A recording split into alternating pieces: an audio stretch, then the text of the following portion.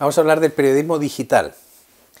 Desde que Tim Berners-Lee, el científico que desarrolló en Suiza el código HTML, popularizó lo que es Internet, una red que se había inventado con propósitos militares a partir de los años 60 para el ejército de Estados Unidos, esto revolucionó completamente el mundo de la comunicación. Ya en los años 90, 95, 94, empezó a popularizarse en las redacciones de los periódicos el correo electrónico, que básicamente era un sistema de comunicación entre científicos, y el lenguaje HTML. No sé si os recordaréis, pero en aquella época había un navegador que se llamaba Netscape, había un buscador que se llamaba Altavista, que eran como, digamos, los abuelos de Google, de Internet Explorer, de Chrome, etcétera, de Safari. La red trajo una auténtica revolución desde el punto de vista de la productividad. En los años 90 probablemente sean los años más felices del siglo XX. El mundo tuvo la suerte de que Bill Clinton, un presidente demócrata, sin embargo, demostró muy poca vocación intervencionista en la economía, y eso permitió que durante sus dos periodos, sus dos mandatos, la productividad de Estados Unidos incorporara a la red, Internet, y se produjera un fenómeno tan curioso como que el déficit consuetudinario que arrastraba Estados Unidos, el déficit público, se neutralizara, lo cual demuestra que incluso déficits tan abultados como los de la primera economía del mundo pueden ser neutralizados con políticas virtuosas. La aparición de Internet, que en principio parecía un sistema de comunicación para frikis, pues se convirtió en una revolución que pilló completamente a traspié a los medios de comunicación tradicionales. No vieron llegar al mayor integrador de contenidos que ha existido en la historia de la humanidad, y además la democratización que supuso el hecho de poner en las manos de miles de personas al mismo tiempo a su disposición las fuentes de información en bruto que los mismos periodistas tenían. Esto supuso abatir una de las barreras de entrada de la profesión periodística más importantes que existía, que era la capacidad de acceder a una fuente o a una documentación oficial de manera directa. Hasta ese momento los periodistas eran los únicos que parecían tener una autorización, un carné, un permiso para ir a estas fuentes directas, y de pronto, de un día para otro, esos materiales, las sentencias, las leyes, los estudios, los informes empezaron a estar a disposición del público general. La democratización de la información de esta manera pues provocó todo tipo de excesos y todo tipo de interpretaciones. Excesos en el sentido de que, por ejemplo, la tendencia a los bloggers, los blogueros, al decir que la democracia y el periodismo, realmente el futuro del periodismo residía en los blogueros, era la única vía de posibilidad de supervivencia del periodismo. Bueno, pues ya se ha demostrado que no era así. De hecho, los blogs han ido cayendo mucho respecto de la influencia que las redes sociales tienen hoy en el mundo. Y no está claro que el futuro del periodismo, de los medios de comunicación o del periodismo tradicional sea precisamente volcarse en hacer blogs.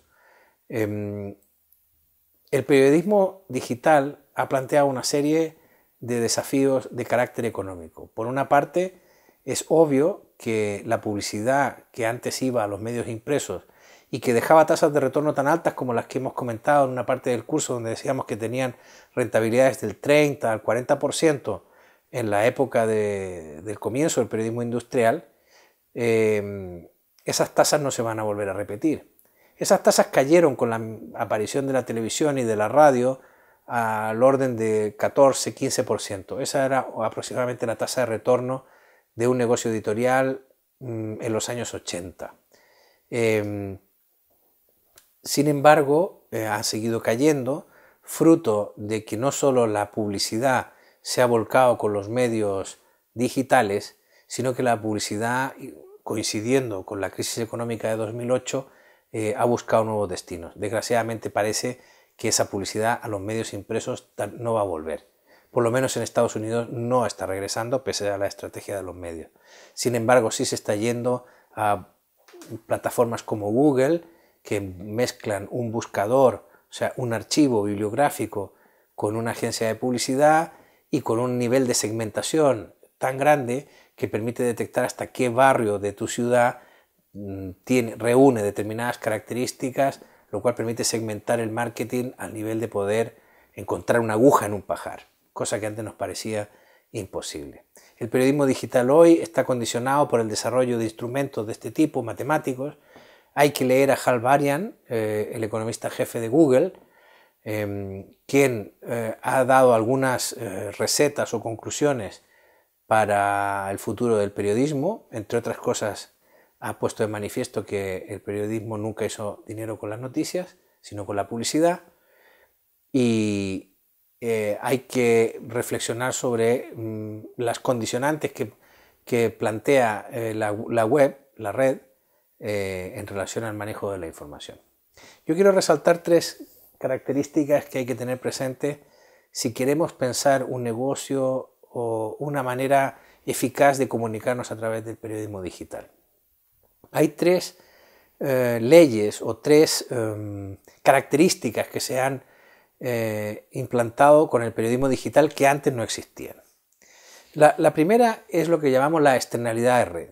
La externalidad de red es, digamos, la manera más sencilla de explicar el fenómeno de la externalidad de red. Una externalidad es un beneficio o un perjuicio que se genera a un tercero por la utilización de un recurso público por parte de una persona. En concreto, la externalidad de red, digamos, es el beneficio o perjuicio que se genera por la utilización en red de un elemento. Pensemos en el teléfono o en el módem.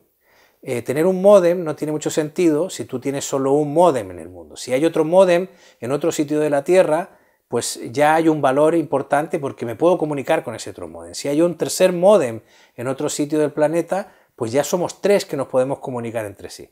Pues eso es un valor añadido. Lo que va surgiendo allí es un valor, una externalidad de red, un efecto positivo para cada persona que adquiera un módem y se sume y se conecte a los otros 3 módems que existen en el planeta. Esto pasa, por ejemplo, pues con el teléfono. Un teléfono solo en la Tierra no sirve de nada, pero con otros 2 teléfonos ya se pueden comunicar entre sí. Bueno, esto es el fenómeno de la externalidad de red. Es lo mismo que ocurre, por ejemplo, lo que ocurrió con la introducción del iPhone o lo que ocurrió con la introducción del iPad. En la medida en que Apple supo mantener esto dentro de un coto cerrado de casa, la gente que se incorporaba a Apple sentía que había un valor añadido que era la externalidad de red que generaba el hecho de estar adquiriendo una tecnología que ya usaban otras personas.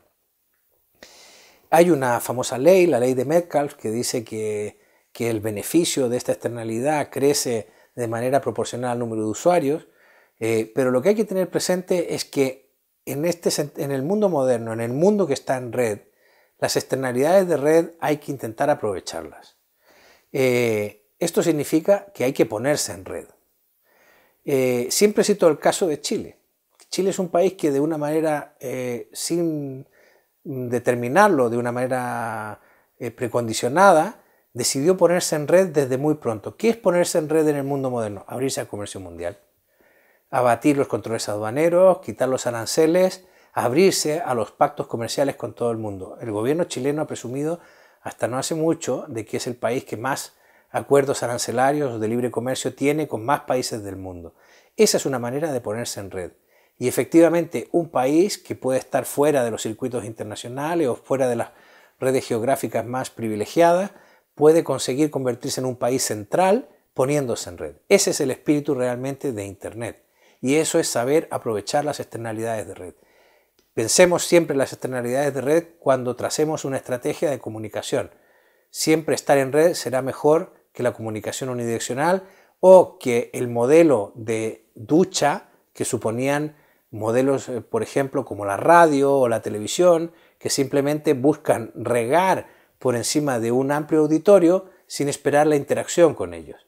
La externalidad de red lo que nos invita es a interactuar con los demás miembros de la red, no a regarlos con la fina lluvia que desprende la ducha, sino a interactuar con ellos, a discutir, a conversar, a hablar con ellos. Pensemos siempre en este punto que ha aportado la tecnología de Internet y que es muy importante, porque así como puede ser una fortaleza, se puede convertir en una gran debilidad.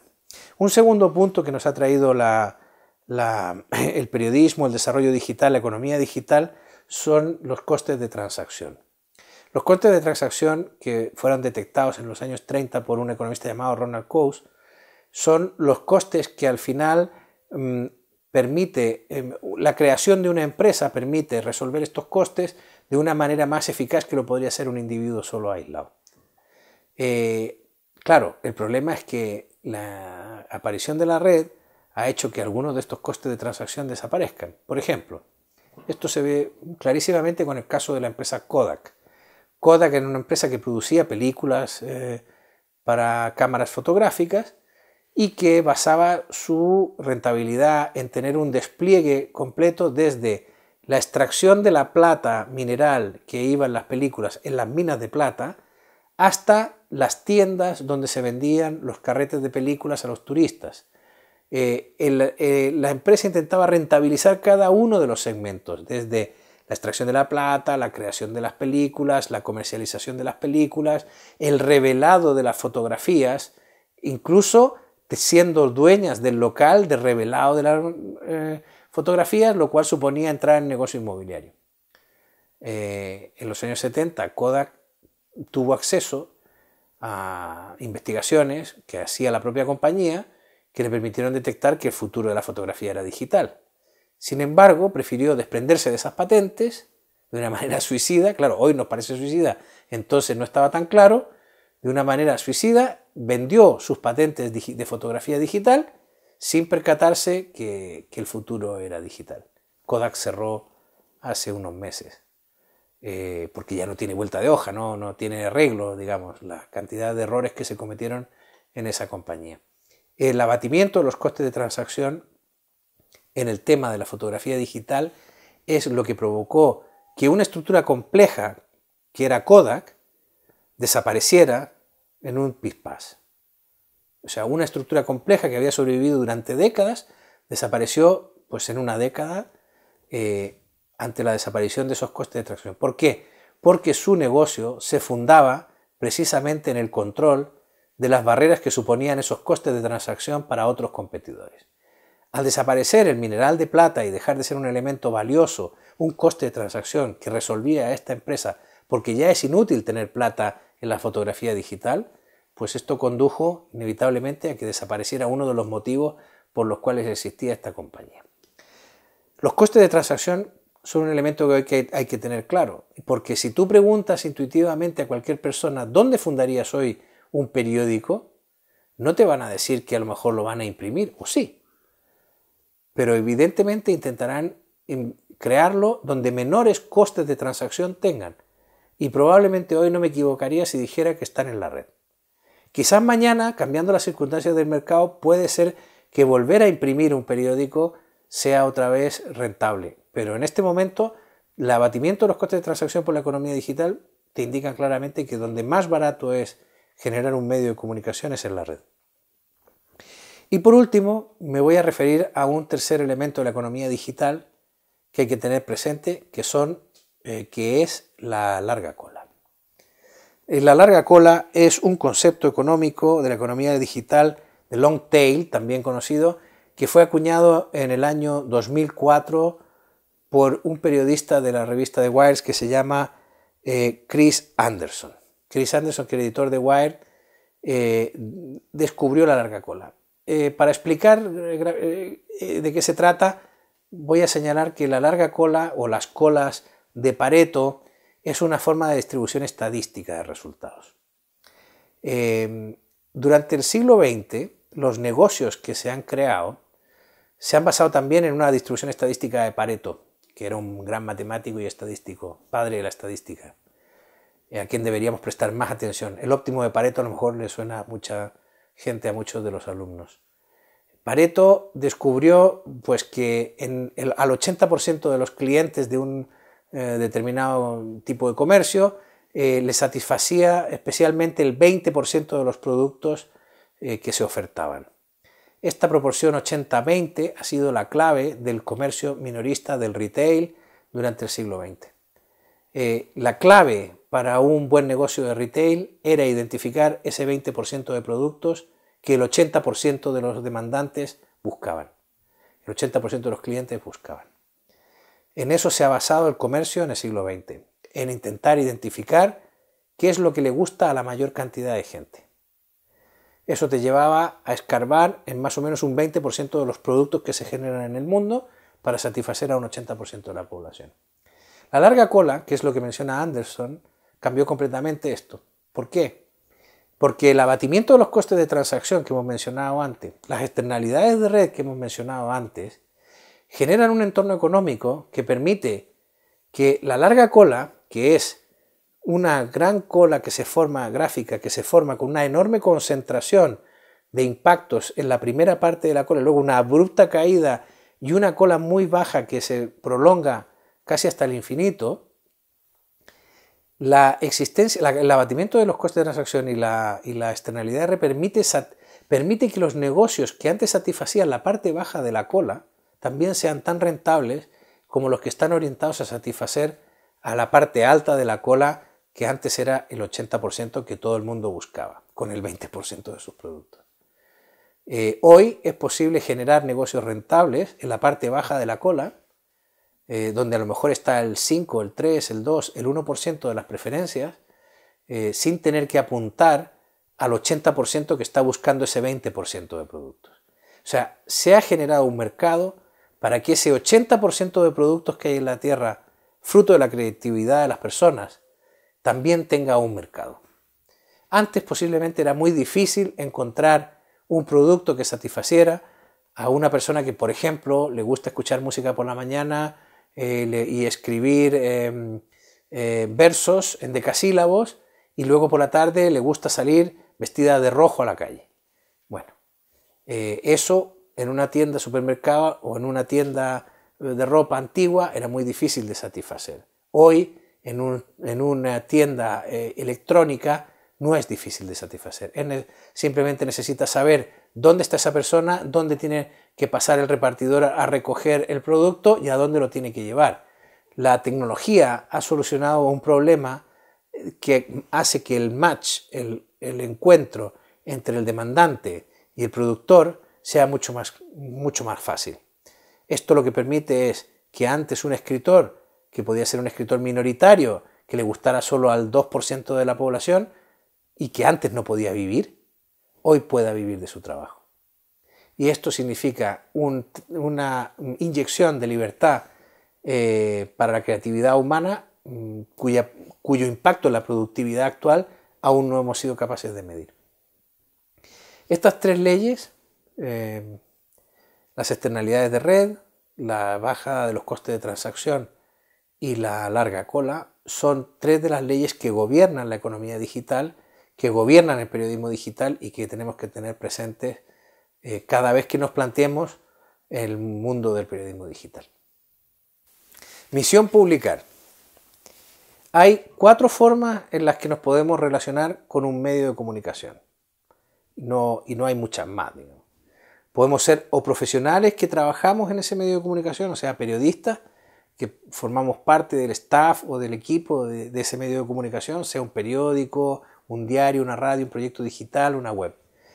Podemos ser fuente, podemos ser una fuente de esos periodistas, podemos ser un suministrador de información que tiene sus peculiaridades, o podemos ser un anunciante, alguien que paga por un espacio de ese medio de comunicación para promover un mensaje determinado, y por último podemos ser un colaborador externo de ese medio de información, sin que necesariamente el periodismo sea nuestra principal fuente de ingresos, a lo mejor simultaneando una determinada profesión o actividad con estas colaboraciones con un medio de comunicación. Analicemos un poco de qué manera cualquiera de estas 4 facetas condiciona nuestra aproximación a los medios. Creo que es muy importante tener presente las lecciones que hemos ido aprendiendo a lo largo de este curso en el sentido del ethos en el que se mueven los periodistas. O sea, el entorno ético, moral, las condiciones laborales, las jerarquías que deben respetar los periodistas. Todo esto tenemos que tenerlo presente. También las circunstancias que se generan a partir de las horas de cierre, los condicionantes industriales que hay detrás del proceso periodístico, también tenemos que tenerlo en cuenta. ¿Por qué?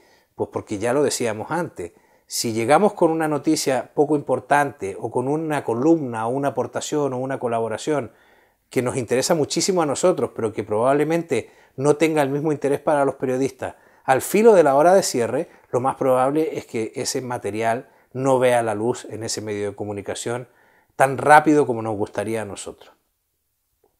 Si nos aproximamos como profesionales del medio, evidentemente tendremos que empezar a jugar con las leyes internas del medio de comunicación, lo que nos marquen las jerarquías. Los medios de comunicación no son organizaciones democráticas ni asamblearias, salvo algunas que básicamente no existen porque han perecido al poco tiempo. Normalmente los medios de comunicación son organizaciones jerárquicas que establecen sus propias culturas internas y en ese sentido pues hay que ser capaces de ir detectando exactamente cómo son, qué características tienen esas culturas internas. Hay algunos que son más reacios a las aportaciones exteriores y tienen un carácter más endogámico y prefieren beber de unas determinadas fuentes y de otras no, y hay otros medios que son mucho más pluralistas, Ejércitos de Pancho Villa, por ejemplo, donde siendo más caóticos son capaces de admitir diferentes puntos de vista y no pugnan con la línea editorial del medio. La posibilidad de ser fuente también tiene una serie de condicionantes. Hay que saber, por ejemplo, si eres un profesor universitario que puede aportar información importante en una determinada materia o eres un especialista, pues hay que saber que si estás disponible siempre serás una fuente mucho mejor para un periodista que si no estás disponible. Si no contestas al correo electrónico o no te pones al teléfono, pues no serás una fuente atractiva para los periodistas. ¿Qué es lo que enloquece a un periodista? Pues una fuente que le atiende cuando lo necesita. Normalmente lo suele necesitar media hora antes del cierre de su edición. Normalmente un periodista es un personaje que te llama a las 9 de la noche, llama a un profesor o a un experto para pedirle que le haga 4.500 palabras de un artículo que tiene que entregar antes de las 11 de la noche. Si alguien es capaz de cumplir con ese cometido, no le quepa la menor duda y de estar disponible, que se convertirá en una de las fuentes más atesoradas por los periodistas. Eso te garantiza desde el punto de vista de ser un experto la presencia en los medios. En cambio, si no contestas a los teléfonos, no contestas a los emails y cuando te piden un artículo dices que necesitas 5 días para terminarlo, pues evidentemente como fuente estás acabado. Una fuente, o sea, escribir en un periódico, un artículo de periódico, no es lo mismo que publicar un paper en una revista especializada. Entonces, esto hay que entenderlo. La disponibilidad a la orden del periodista es muy importante para convertirte en una fuente solvente. Puedes ser anunciante.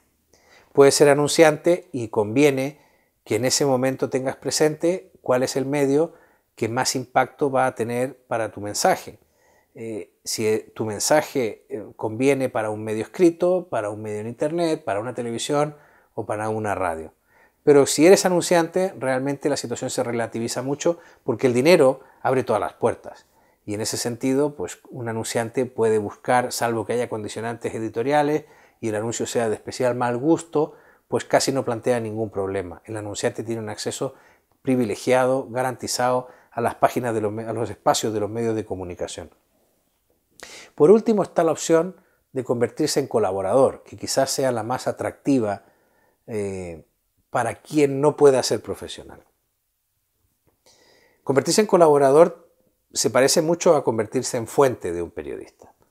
Es más fácil ser fuente si tienes acceso a una serie de información que es difícil encontrar públicamente y en la que tú puedes establecer una relación con un periodista de confianza siempre que éste respete si le pides el anonimato o no. Ser colaborador es otro tipo de cosa. Puedes pensar en que tocando las puertas de ese medio, consigas que te publiquen algún artículo o una carta al director, que no es ninguna bobada. Conocemos experiencias de lectores que han escrito cartas especialmente sagaces a determinados medios y han terminado creándose un espacio en la sección de cartas de esos medios o en la sección de colaboraciones de esos medios o en la sección de llamadas telefónicas a determinados programas de radio en las que hay determinados oyentes que por su ingenio, su sagacidad a la hora de plantear sus opiniones han conseguido convertirse pues un poco en los lectores oyentes favoritos de un determinado medio. Esto no significa ser un colaborador profesional. Un colaborador significa entablar una cierta relación de confianza con los periodistas del medio para estar a su disposición en el momento en que se requiera una aportación de carácter experto. Es mucho más fácil para profesionales de la economía o de la política o del derecho o de alguna materia específica colaborar si están abiertos a la actualidad, si tienen interés por participar en los asuntos públicos, etc. ¿Por qué? Porque pueden establecer una relación similar a la de la fuente, pero desde el punto de vista de la colaboración. Esto significa que, aunque no tengas un cargo determinado que te permita un acceso a una información reservada, sí puedas hacerle ver a esos periodistas que el punto de vista, el enfoque o el trabajo que tú haces determinado analizando un tema tiene un valor añadido que en la redacción no le pueden dar. Las redacciones normalmente van a tope. Están resolviendo cuestiones de última hora todo el tiempo. Eso no les permite levantar la mirada y ver con un poco de perspectiva las cosas como ocurren en un determinado ámbito de la realidad. Eso, en cambio, para un abogado, para un médico, para un experto, para un ingeniero, para un economista, son cuestiones que no debería costarle más que detenerse un par de minutos al final del día a reflexionar sobre lo que está aconteciendo en su sector. Tiene un montón de camino avanzado en el sentido de que tiene un conocimiento experto sobre determinada materia. Eso le debería permitir que su capacidad de análisis fuera muchísimo más rica y más poderosa y con un alcance mucho mayor que la de un generalista. Hay que aprovechar esa capacidad para intentar llegar a los medios y ganarse la confianza de los periodistas, de los profesionales de ese medio, con opiniones solventes, honestas y sinceras. Y sobre todo voy a remarcar la necesidad de establecer una relación honesta, porque si queremos ser colaboradores para buscar una forma de vida como colaboradores, tenemos que ser sinceros. Si queremos ser colaboradores simplemente por la repercusión que provoca el poder acceder a un medio y dar a conocer nuestra opinión, y a cambio de una colaboración simplemente ad honorem, por la causa que estamos defendiendo o por las ideas que suscribimos, tenemos que dejarlo de manera manifiestamente clara ante los colegas, ante los periodistas de ese medio. No es aceptable intentar acceder con la perspectiva de poder hacer propaganda de tus ideas a cambio de convertir eso en un modo de vida permanente. Inmediatamente los periodistas van a advertir que hay un interés subordinado en tu buena disposición a colaborar y eso les hará recelar de la actitud del colaborador. La relación entre los colaboradores, las fuentes y los periodistas es una relación de confianza. Sabemos que la confianza, como la credibilidad, hay un dicho que dice el coco crece, la confianza y la credibilidad crecen con la lentitud del coco en el cocotero y se rompen y se acaban a la misma velocidad que tarda el coco en caer. Entonces, es muy importante tener presente que debe ser una relación de confianza honesta, basada en la honestidad de los planteamientos entre los periodistas y los colaboradores. Creo que estas simples recetas aplicadas y analizadas de una manera inteligente y correcta nos pueden permitir abrir las puertas como si fuera con un abrelatas de los medios de comunicación de nuestra zona. Lo que he dicho se aplica tanto para los periódicos, que tienen una determinada cultura interna, como para las radios, como para las televisiones, como para el periodismo digital.